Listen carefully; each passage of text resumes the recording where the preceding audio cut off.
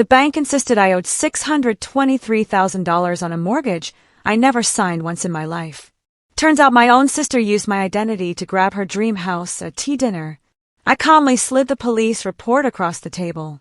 Can you imagine the gut-wrenching moment you realize your entire future has been stolen by the one person you trusted most in the world? Because that's exactly what happened to me, Heather, when a single phone call from a bank representative shattered my reality, revealing a betrayal so profound it would tear my family apart. Before that moment, my life, while not extraordinary, was simple and satisfying. I was 29, a registered nurse at Seattle Grace, pouring my heart into the pediatric ward. There's nothing quite like helping sick kids, even on the tough days.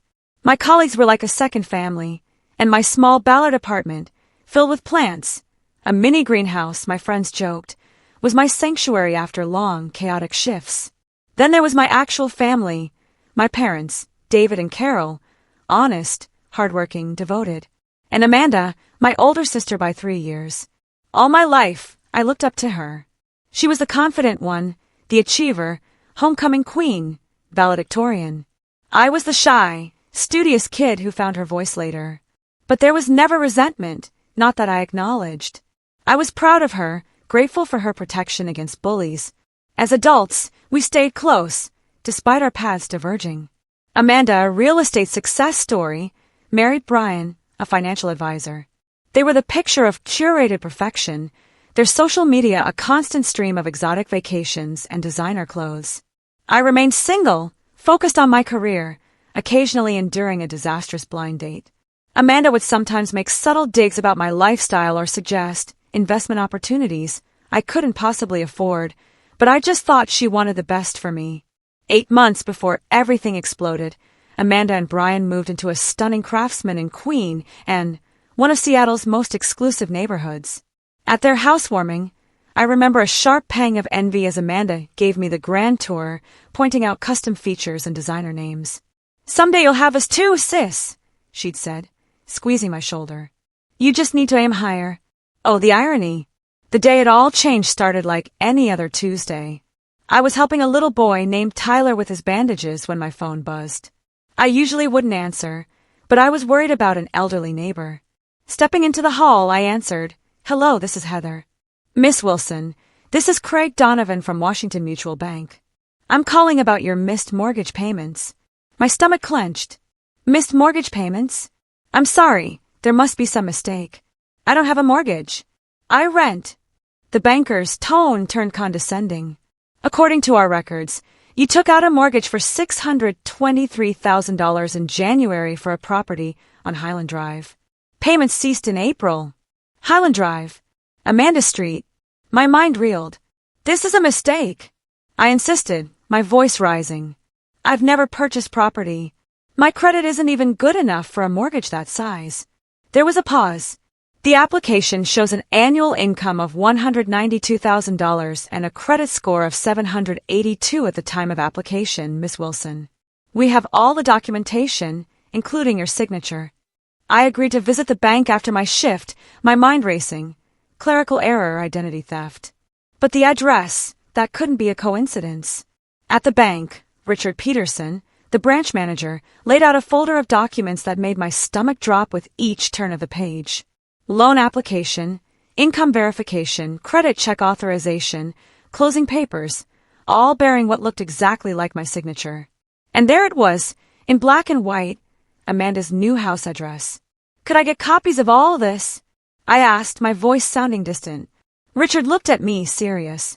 "Miss Wilson, if you didn't apply for this, I strongly suggest you contact the police. This appears to be identity theft and possibly fraud." I nodded numbly, but inside, a voice was screaming. Not just any identity theft. My own sister had stolen my identity to buy her dream house. The next few days were a blur of anxiety and methodical investigation. I called in sick, unable to focus on patients when my own life was unraveling. My apartment, once my sanctuary, felt like a cage as I paced, torn between rage and confusion. Could it be a mistake? Maybe she'd accidentally used my name? But as I stared at the documents, that hopeful theory crumbled. This was deliberate. Someone had carefully forged my signature, provided my social security number, birth date, employment history. Someone who knew me intimately. My first call was to Equifax. The board rep suddenly sharpened when I explained. There are several accounts here that appear to have been opened in the past year, she said. The mortgage is the largest, but there's also a home equity line of credit for $150,000, 3 credit cards with limits up to $30,000 each, and a personal loan for $45,000. I felt physically ill. All of them are fraudulent, I choked out. By the end of that day, my credit score, once a respectable 724, had plummeted to a catastrophic 546. A financial advisor confirmed it. This is definitely identity theft, and quite sophisticated. Whoever did this knew exactly what information was needed. Taking a deep breath, I confessed. It was my sister. The house is hers. Her shock was visible. That complicates things. Family fraud is common, but presents unique challenges, legally and emotionally. Legally, I needed a police report. Emotionally, the thought of sending Amanda to jail, of devastating our parents, twisted in my gut. But I needed proof. A handwriting expert confirmed the signatures were forgeries. Good ones, but forgeries nonetheless. Then, my own investigation into Amanda's finances began. Through casual conversations and social media, I pieced together a disturbing picture. Despite their lavish lifestyle, Amanda and Brian were in deep financial trouble. Her real estate business was flagging. Brian had left his old firm under a cloud, and his new venture wasn't taking off. Yet, they bought a new boat, joined an exclusive country club. My friend Stephanie, who worked at a luxury car dealership, spilled the final, damning detail. When they ran her credit for financing a new Mercedes, it was a mess. Brian ended up paying cash, but I overheard them arguing. He said something like, "We can't keep doing this. The house was risky enough." The house. My house. I also found the credit accounts opened in my name were linked to an email, heatherwilson883@gmail.com, instead of my real, heatherwilson1993@gmail.com. Easy to miss, clearly deliberate. Every new piece of information was another weight on my chest, making it harder to breathe, harder to deny the truth. My sister, my trusted sister, had stolen my identity, thrown me under the bus, and planned to leave me with the wreckage. After a week of investigation, I could no longer avoid it. With a heart like lead, I drove to the Seattle Police Department's Financial Crimes Unit. The office was nothing like TV shows, just a drab municipal building with fluorescent lights. I sat for an hour, clutching my folder of evidence, until Detective Rachel Thompson, a woman with tired but kind eyes, called my name. "I understand you're here to report identity theft." "Yes," I said, my voice barely a whisper. "By my sister." Something flickered in her eyes. Surprise, sympathy. "That's unfortunately more common than you might think. Tell me everything." For 2 hours I laid it all out. The bank call, the fraudulent mortgage, the credit cards, the house. She asked about shared accounts, living arrangements. No, but we were close. She's been to my apartment countless times. My documents were in an unlocked file cabinet. I never thought I needed to protect myself from my own sister. Her expression softened. "No one expects this from family. It's not your fault." Then came the hammer blow. "Miss Wilson, filing this report means we will investigate fully. If the evidence supports your claims, your sister could face serious criminal charges. Identity theft and mortgage fraud are felonies. She could go to prison. Are you prepared for that?" The question hit me like a physical blow. Was I prepared to be responsible for sending Amanda to prison? For destroying her life, her marriage, her career? I thought of our childhood, of our parents' devastation. But then I remembered my ruined credit, the $623,000 debt, the profound violation of trust. "Yes," I said finally. "I need to protect myself. If she faces consequences, that's her responsibility, not mine." As I signed the report, my real signature, not the forged one, I felt a strange mix of relief and dread. Justice was in motion. My friend Stephanie was waiting. "You did the right thing, Heather." What she did was unforgivable. Over coffee, I tried to process. They'll contact the bank, subpoena records, maybe even interview Amanda. How do you think she'll react? I stared into my latte. She'll deny it. Then she'll try to justify it, make it seem like she intended to pay it back. Do you think she did? Stephanie asked. I shook my head. No. They were already missing payments. They never had a plan beyond using my identity to get what they wanted. 2 days later, Detective Thompson called. We've confirmed your suspicions, Miss Wilson. The mortgage application was submitted from an IP address traced to your sister's previous residence. We're also investigating her husband's potential involvement. Brian, I hadn't even considered his culpability, but of course he'd known. As a financial advisor, he might have orchestrated it. There's more, she continued. We've discovered evidence suggesting they were planning to declare bankruptcy in your name once the debts became unmanageable. There are searches from their home computer about identity abandonment. The sheer, calculated nature of their betrayal stunned me. They hadn't just stolen my identity in a moment of desperation. They planned to utterly destroy my financial future to protect their own. A week after filing the report, the official police documentation arrived, a comprehensive dossier. Bank records showing transfers from my fraudulent accounts to theirs. Forged loan applications. Credit card statements with purchases I'd never made for amounts I could never afford. Sitting at my kitchen table, I highlighted the most damning sections. The case was airtight. Tomorrow was our bi-weekly family dinner. Amanda would be there, oblivious, believing her scheme was still a secret. She didn't know I'd received the foreclosure notice meant for homeowner Heather Wilson. She didn't know about the police report. As I got ready for bed, a text from Mom chimed. Looking forward to seeing my girls tomorrow. Making your favorite lasagna. Love you both. The casual normalcy broke something in me, and for the first time I cried. Not just for myself, but for our parents, whose world was about to shatter. I spent nearly an hour deciding what to wear. A simple navy dress, professional, serious. Not my usual casual attire. I applied my makeup carefully, determined Amanda wouldn't see how much she'd hurt me. As I drove, memories flooded back. Mom's birthday, Christmas carols, countless Sunday dinners. Tonight would be the last of those. After tonight, nothing would ever be the same. I rang the doorbell. Heather! Mom beamed, pulling me into a hug. You look beautiful, but so serious. Everything okay? Everything's fine, Mom. I lied, just tired. Dad, in his recliner, offered wine. From the kitchen, Amanda's bright, musical laugh. She appeared, perfectly styled, dazzling smile. Heather, finally! I was telling Mom about this incredible patient success story I heard from Dr. Garner at the club. You should talk to him about potential positions. The benefits are amazing. The audacity stunned me.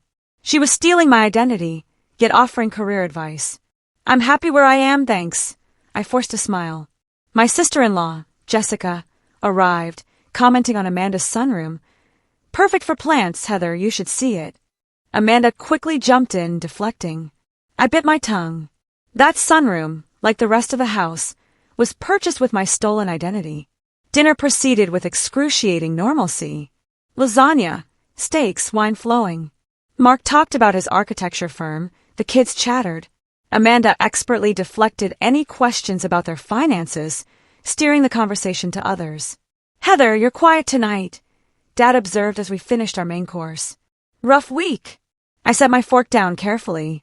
You could say that. Mom's brow creased. Anything you want to talk about? Amanda cut in. Oh, leave her be, Mom. Not everyone needs to process everything out loud. She laughed, flipping her hair. The irony was almost too much. Actually, I said, meeting Amanda's eyes directly. There is something I need to discuss with all of you. A flicker of unease crossed her face, quickly replaced by her confident smile. Sounds serious. Let's at least have dessert first. I brought that chocolate mousse cake you love, Heather. That can wait, I said firmly. The table fell silent. Mom, sensing the tension, suggested Mark take the kids to the living room. Once they were gone, I reached into my bag and pulled out the manila folder. My heart pounded, Amanda's eyes fixed on it, her smile faltering. What's that, honey? Dad asked. I took a deep breath. The moment had arrived.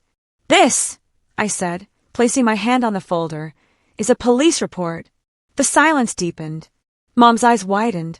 Dad carefully set down his wine. Brian, quiet all evening, suddenly looked alert.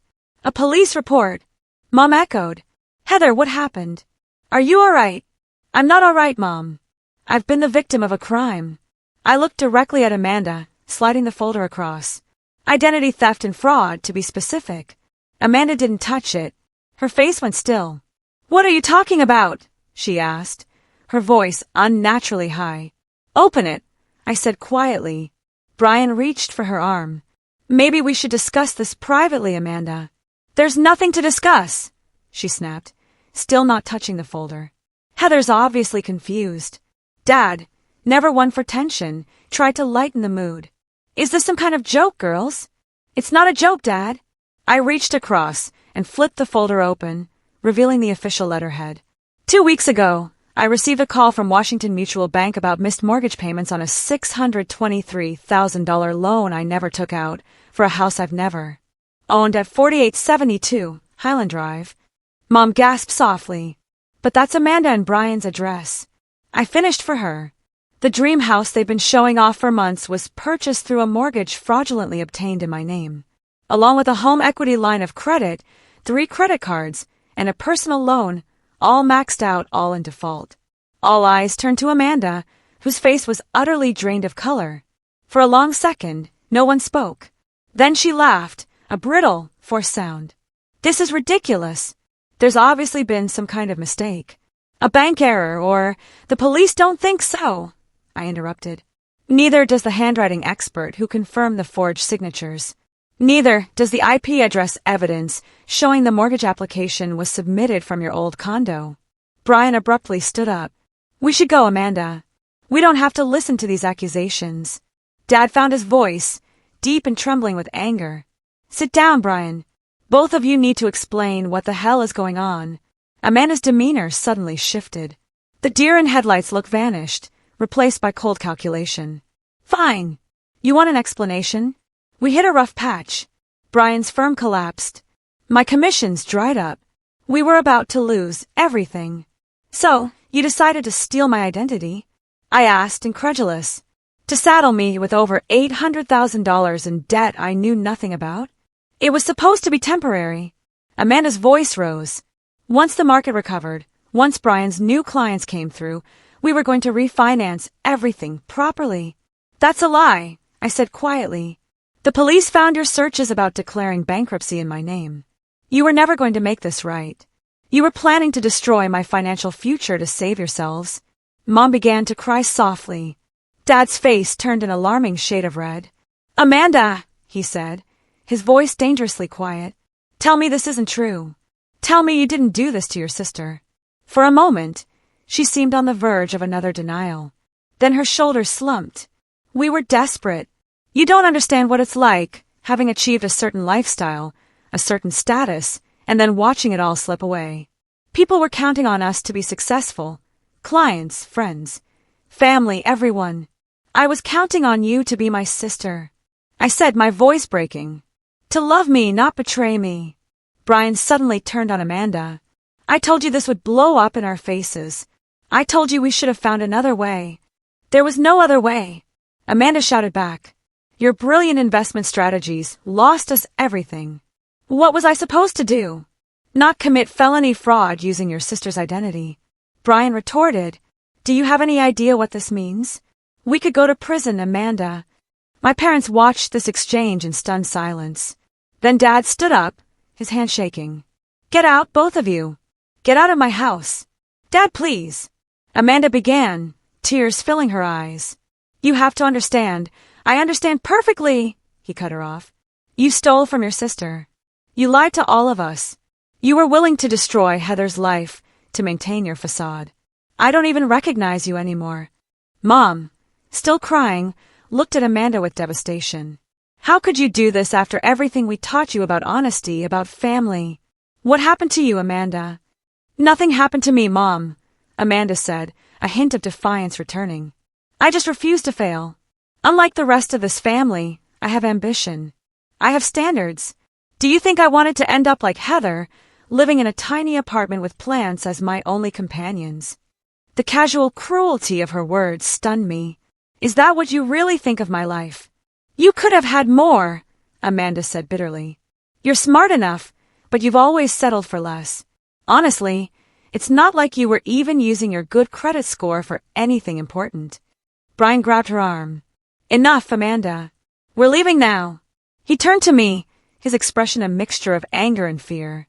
This isn't over, Heather. You have no idea what you've done by filing that report. I know exactly what I've done, I replied steadily. I've protected myself from criminals.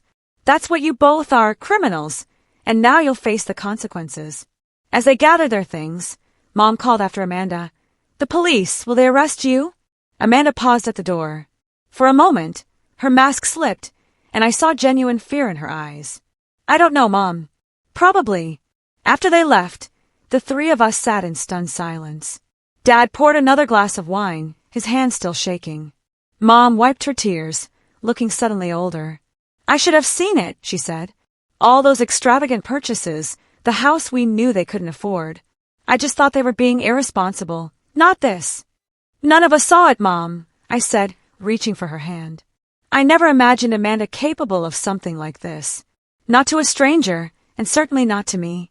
Dad looked at the police report, still open on the table. What happens now? The district attorney will decide whether to press charges. Detective Thompson thinks it's almost certain. Amanda and Brian will be arrested, probably within the week. And the debts? I explained I was working with the banks to clear my name. A long process, but the report proved I was a victim. My credit was still destroyed, at least for now. We sat for hours, processing the shock, the betrayal, the future. My brother Mark, returning after putting his kids to bed, listened in disbelief, which quickly turned to rage on my behalf. I'll testify against her if needed, he said fiercely. What she did to you is unforgivable.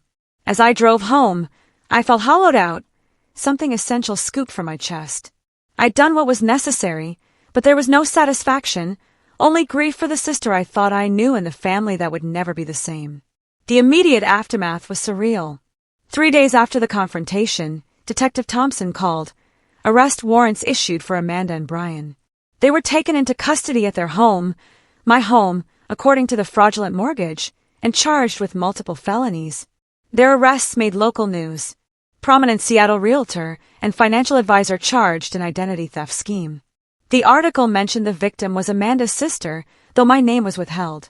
Still, anyone who knew us could figure it out. My phone buzzed constantly, so I turned it off.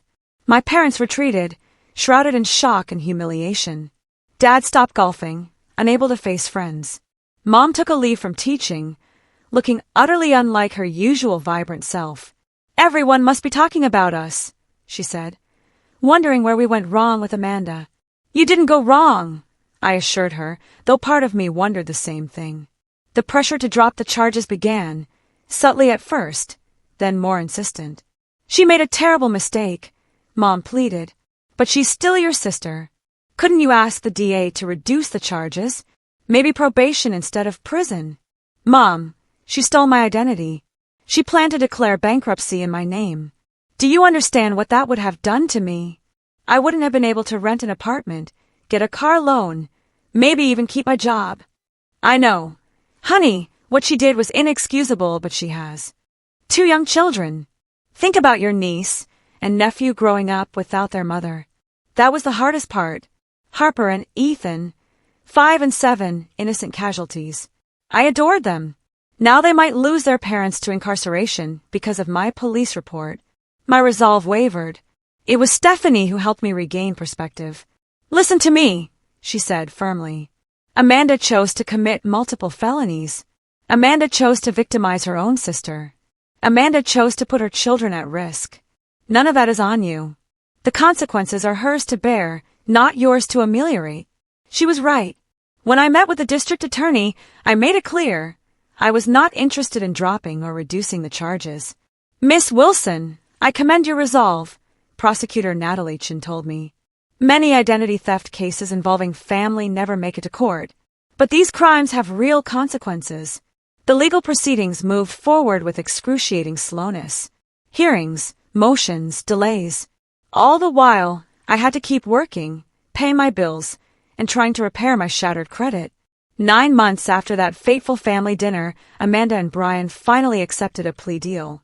I sat in the courtroom, watching as my sister, thinner, dressed in a modest suit, stood before the judge.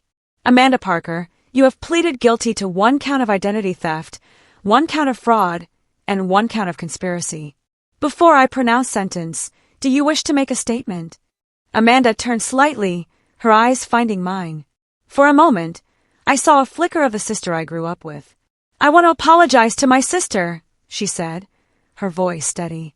What I did was unforgivable. I betrayed your trust in the worst possible way, and I'll regret it for the rest of my life. I was selfish and desperate and terrified of failure. But that's no excuse for hurting the person who has always supported me and believed in me. I'm so sorry, Heather. The judge sentenced Amanda to 18 months in federal prison, Brian to 12. Both would serve 3 years of supervised release and were ordered to pay full restitution. As Amanda was led away, our eyes met one final time. So much unsaid, so much damage. I didn't know if I could ever forgive her, but in that moment, I acknowledged the complexity of my feelings. The anger and betrayal intertwined with memories of shared childhood, of love that had been real despite everything. The weeks after sentencing were a blur. The bank foreclosed on the house. I worked with credit agencies to remove the fraudulent accounts, a frustratingly slow process. My relationship with my parents remained strained. They visited Amanda regularly in prison, but rarely mentioned it to me. Thanksgiving came and went, the first one in my memory without a full family gathering. Christmas was equally fractured. The traditions that had anchored our family were shattered. The day the bank finally removed the fraudulent mortgage from my credit report felt like emerging from a long, dark tunnel. My credit score was slowly recovering. I moved to a new apartment, wanting a fresh start. As winter turned to spring, an unexpected letter arrived, not from Amanda, but from my niece Harper. In wobbly handwriting on pink paper. Dear Aunt Heather, I miss you a lot. Grandma says you're mad at Mommy because she did something bad. Do you still love her? Can you come see me and Ethan? The innocence brought tears to my eyes. Whatever my feelings toward Amanda, Harper and Ethan were innocent casualties. They deserved an aunt who loved them.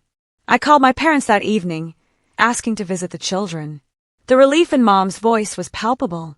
That weekend visit became the first tentative step toward healing.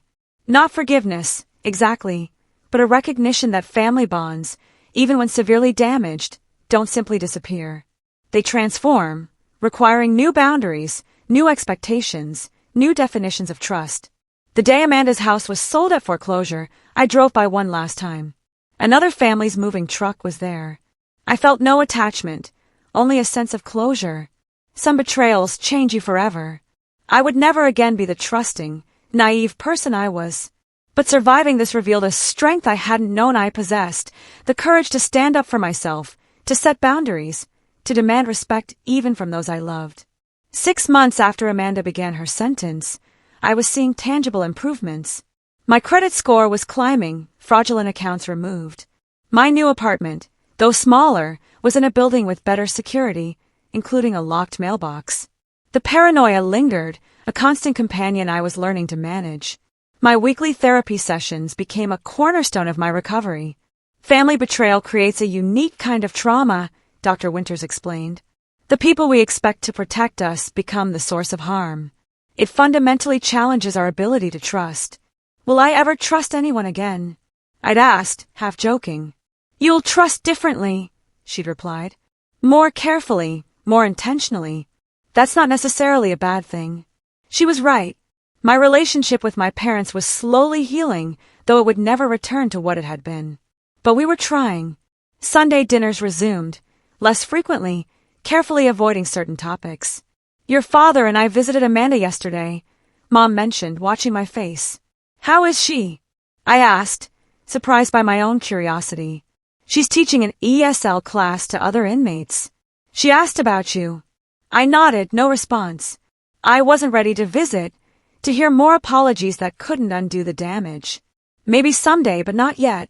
Dad, who had been mostly silent on the subject of Amanda, suddenly spoke up. She's different in there. Humbled, I think. I think she's finally understanding the magnitude of what she did to you. It was the first time he had so clearly acknowledged me as the victim. "Thank you for saying that, Dad," I said quietly. The validation, long overdue, meant more than I could express. Unexpected support came from extended family. My cousin Rachel, who I'd never been close to, reached out. "My college roommate stole my identity," she confided. "Opened credit cards, thousands in debt. I know something about what you've been through."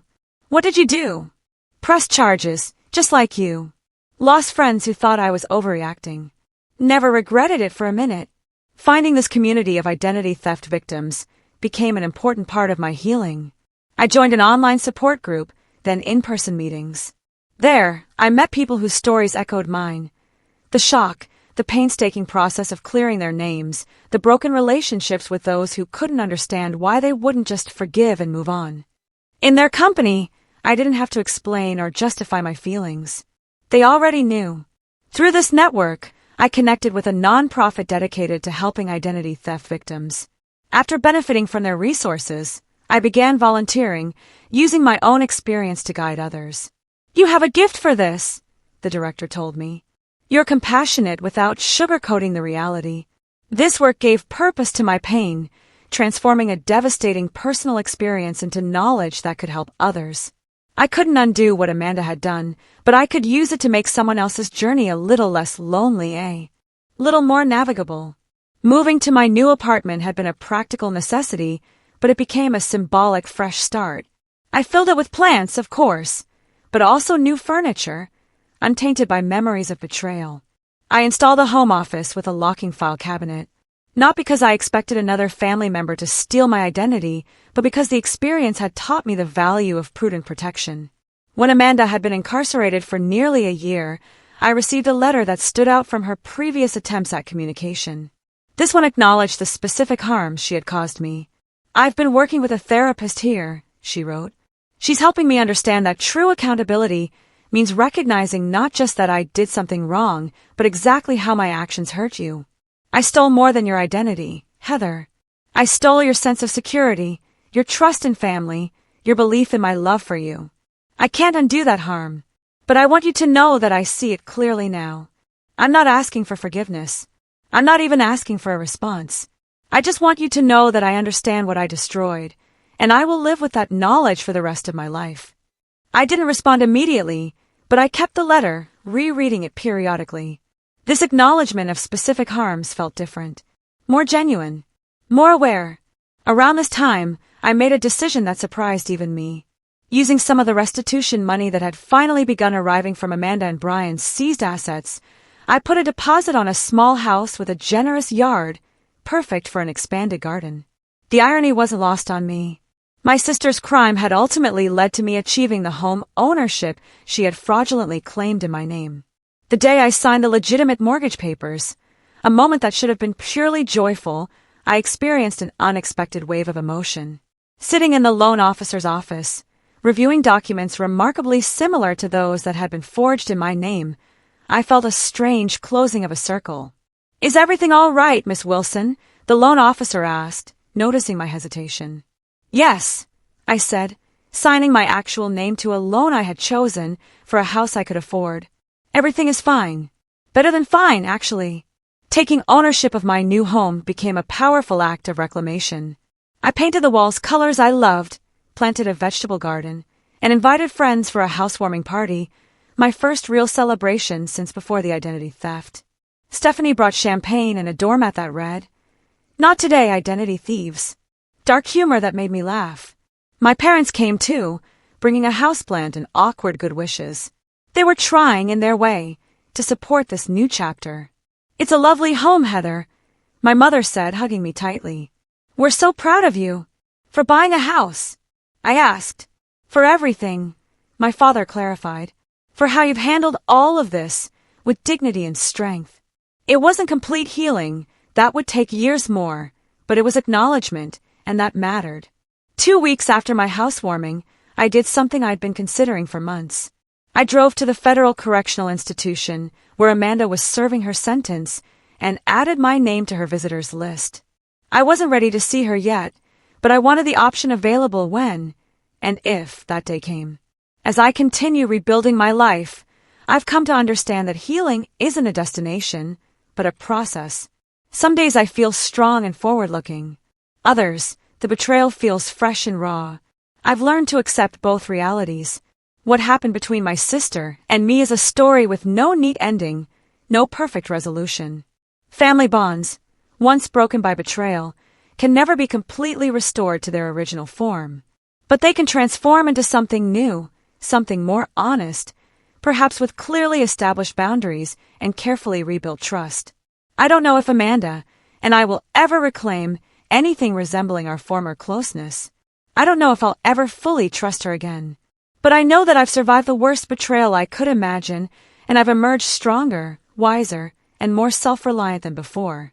If there's a lesson in all of this, it's that trust should be treated as the precious resource it is. Given carefully, guarded appropriately, and withdrawn when necessary for self-protection. Love and trust aren't the same thing, a distinction I never fully understood until now. I can love my sister while acknowledging that she violated my trust in ways that may never be fully repaired. This experience has taught me that family loyalty has limits, and should have limits. That standing up for yourself, even against those you love, isn't selfish but necessary. That forgiveness, if it comes, must follow accountability, not replace it. I'm still writing my story, still finding my way forward. But I know this much: I refuse to be a victim in silence. I refuse to sacrifice my financial future to protect someone who hadn't protected me. I refuse to accept betrayal as the price of family peace. And in those refusals, I found my strength. What about you? Have you ever experienced betrayal from someone you trusted completely? How did you handle it? And what boundaries did you establish afterward? Tell me what you think in the comments below. I really want to know.